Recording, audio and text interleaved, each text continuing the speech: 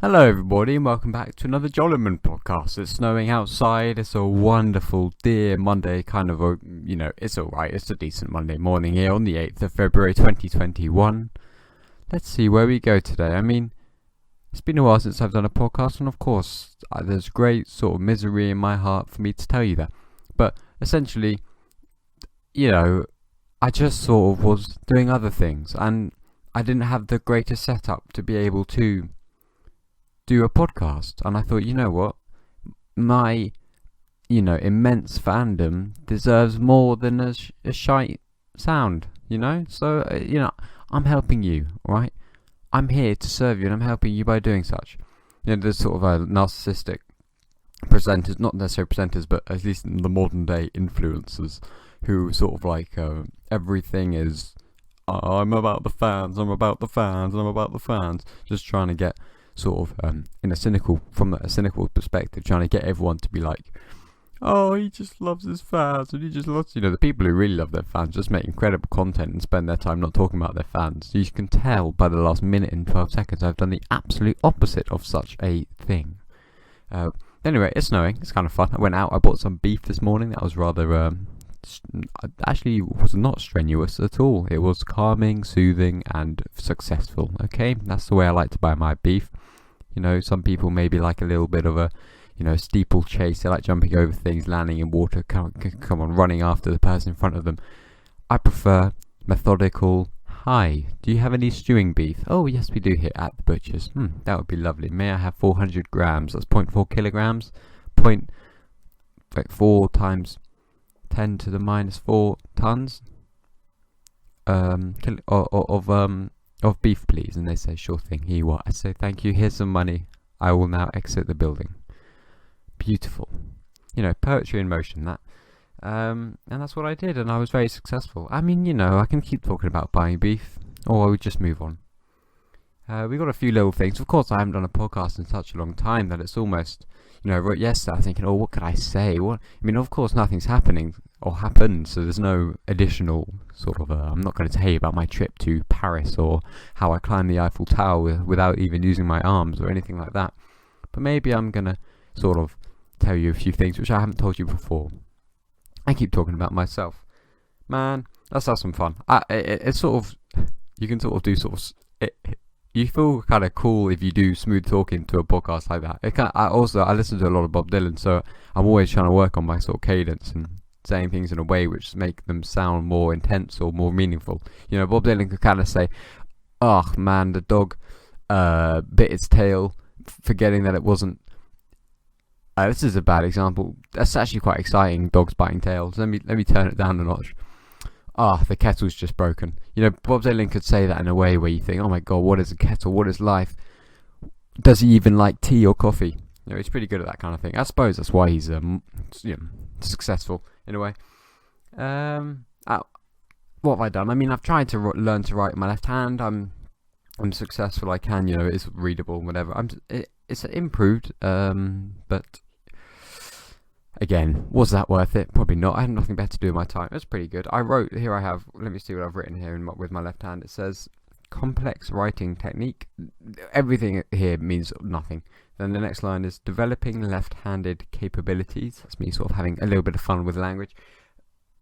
To no avail.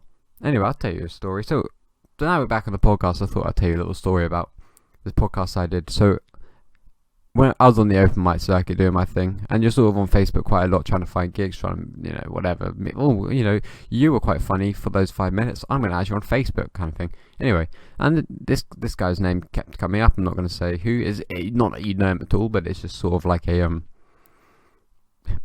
I don't know. I probably could. It wouldn't make a difference. Anyway, and he had a podcast, and he was sort of podcasting loads of like open micers. So I thought, hey man, can I do your podcast? And he said, sure thing. So I went to he sort of said, I hadn't watched any of his other podcasts because quite frankly they're probably shite, and mine followed suit, shall we say. And what happened? Let me tell you. And so he said, meet me here. And I said, okay, I'll meet you there. That's a nice place to meet. Of course, I'd never been there before, but, just familiar. What's the word? I think familiarities. Anyway. And I arrived. He was there already. And so he set down his little phone. We're in a bar, not a bar. We're in like a restaurant, middle of the day, sort of restaurant, central London. Just very busy, people everywhere. Probably quite wealthy peers and this men, sort of just sitting down. Oh, let's get a pint before we go back. They probably don't say it like that. And he puts his phone down. He says, "Oh, hello, yeah, very nice to meet you. Shake my hand, thank you very much." And he had a lazy eye, and so that kind of amused me. The next thing he said, "Oh," I said, "All right, let's go." So, I mean, the podcast was a bit boring. Like, at the end of the day, I think the thing about podcasts, I like podcasts that are attempting to be funny rather than sort of he's sort of asking my opinion on things. But I mean, at the end of the day, who gives one? I was a 17-year-old just because I signed up to an open mic on Facebook. Like, my opinions aren't valid at all, and also the questions, they're not even particularly that good, really. Like, what? It's a waste of time. And he at one point he asked me, so he'd seen on my Facebook page that I'd done a walk for cereal, which I had done. I mean, maybe I've told this story. Anyway, I thought he was saying cereal. He was like, "Oh, I heard you did a walk for cereal," and I just was like, "What the what? Is this man's a bad journalist?" I have not walked for cereal at any point in my life. Maybe I've walked to Tesco's, bought cereal, come back. I was just stumped. Anyway, that was kind of very, very, very awkward 40 seconds where he's going, "Are you fucking stupid, my friend? You've posted about your cereal walk on Facebook," which was like 3 or 4 years ago. It wasn't a walk to cereal, it was like a charity walk. Anyway, for immigrants. I can't remember. And yeah, that was awkward. And then I said, "All right, see you later, bye." At the end, and he didn't upload it, and we never mentioned anything to each other again. Just a beautiful bit of shite entertainment, that whole sort of thing that happened. It was rather amazing. You sort of learn, just because you do an open mic, you're not going to be on BBC One, which is fine. That's what's fun about it. So yeah. And then I saw him at an open mic a bit late, like maybe a month later. I'd never seen him do stand up, and I thought, maybe this guy's gonna be. Maybe he's reasonably funny if he's got a podcast. Maybe he's kind of confident. Anyway, he was fucking not very great at stand up. Some people. I bombed too, so it's fine. I didn't do the best. What have I written here? Men who strong. I find that how this isn't really a bit. It's just something that I like. The image of this I find funny. So how you have a Rubik's Cube and you twist it and all sorts of colours go different ways. You see them like bodybuilders and or like world's strongest men, and they look like they could just like twist like an ox in the same way, or like a yak in the same way that you twist a Rubik's Cube. Like just like spin the ox so that its legs are now upwards, or just like twist it so that now the sort of legs go like up, like, or the head is on the back, kind of thing. Like just rotate a yak's head, kind of thing. I know. It amuses me. It amused me at the time. Teamwork makes the spleen work. A triple helix is another thing which DNA. I don't know. I don't know what a triple helix would look like. I kind of do. I think it's just a triangle twisted up and pulled. Anyway, but yeah, it's really cool. The people I've been I do these little Instagram things, little videos. People they've gained quite a bit of popularity recently, which is very, very exciting. It makes me feel good about my life. People don't want to be vaccinated at the moment too. That's a rather joyous event. Like not wanting to be getting the coronavirus vaccine. Oh no, I'm not allowed to leave my house for 2 years. I mean, I kind of see the point where you're like, I'm not gonna go back on my morals just because I've been pushed to not being social, whatever. I don't want to be vaccinated. Respect, fair enough. Do your thing. I'm all about expression, but like kind of in a way, good luck. Just just your brain could be. If you're so intelligent that you've disproved vaccines, okay, pretty impressive. First of all, I'm sure you could be doing like solving more problems than sort of just typing about it on Facebook or whatever. Like, if you manage to override scientists who'd study it for 6 years and then go on to make PhDs, and you've never like, you've read a couple books about it. Just think about how.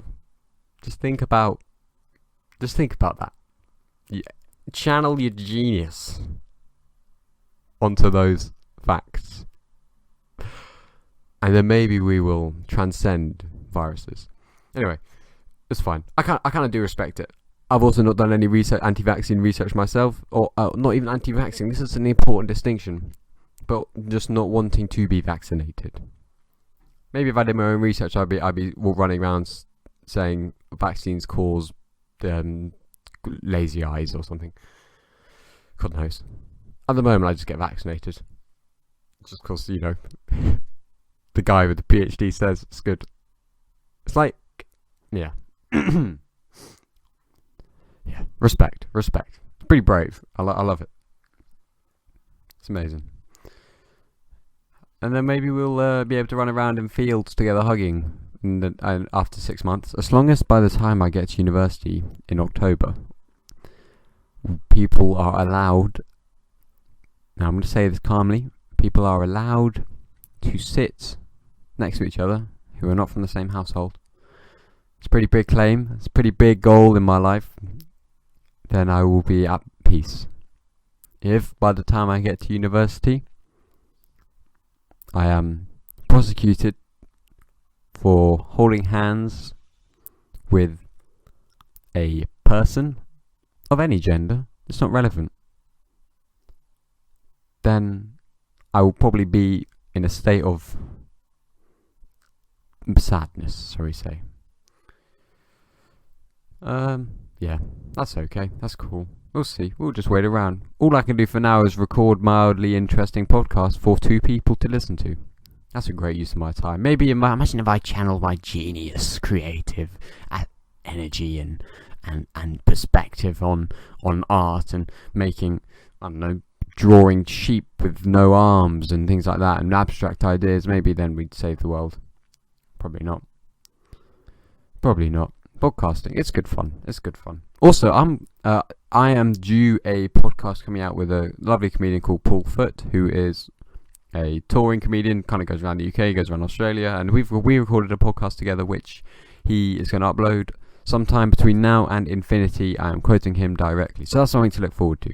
I'll be posting about that everywhere, really. It's sort of like my magnum opus so far, and even it was it's his podcast, so I'm sort of it's not like this basically, but thank God, right? Yeah, and that's the way the world goes round. That's John Prime. I don't know. What have I written? I've written all sorts of strange things in a pub. Oh yeah, that's about the story of the dismal podcast that never made it to the light. It was kind of a kill at birth. It was aborted, really. Poor thing. Me sitting there not distinguishing between cereal and Syria. There's been a mass bombing at a Syrian concentration camp. Like, not concentration, what's it called? Refugee camp. I'm glad I made the mistake of getting Syria and cereal mixed up rather than sort of like a news reader or something like that. God, I'm so gracious. I just really keep saving the planet. I've realised with my little Instagram things as well, pretty much it's like 70% of my what I say is, just in an attempted comedic fashion, is basically just about my trip to Tesco, because that's what I've done the last year, is walk to Tesco's. I find it's actually one of my favourite. I actually really enjoy it now. It's really delightful. Anyway, I'll leave you on one little idea. Maybe we'll go back to the old idea every 5 minutes thing that I used to do. Every 5 minutes I'd do a sort of what they called zesty testy. Anyway, so my friend over there, the person I know, is short-sighted, okay? That means, can't see things that are far away. They can't see the sun. So everything is dark. How'd you like that one? Very, very lovely to have you here, and we'll be back doing these once a week now, I can assure you of that. May you have a lovely evening and day and life. Like, comment and subscribe. Instagram and everything in the description. Thank you everybody. Lovely, lovely. Goodbye.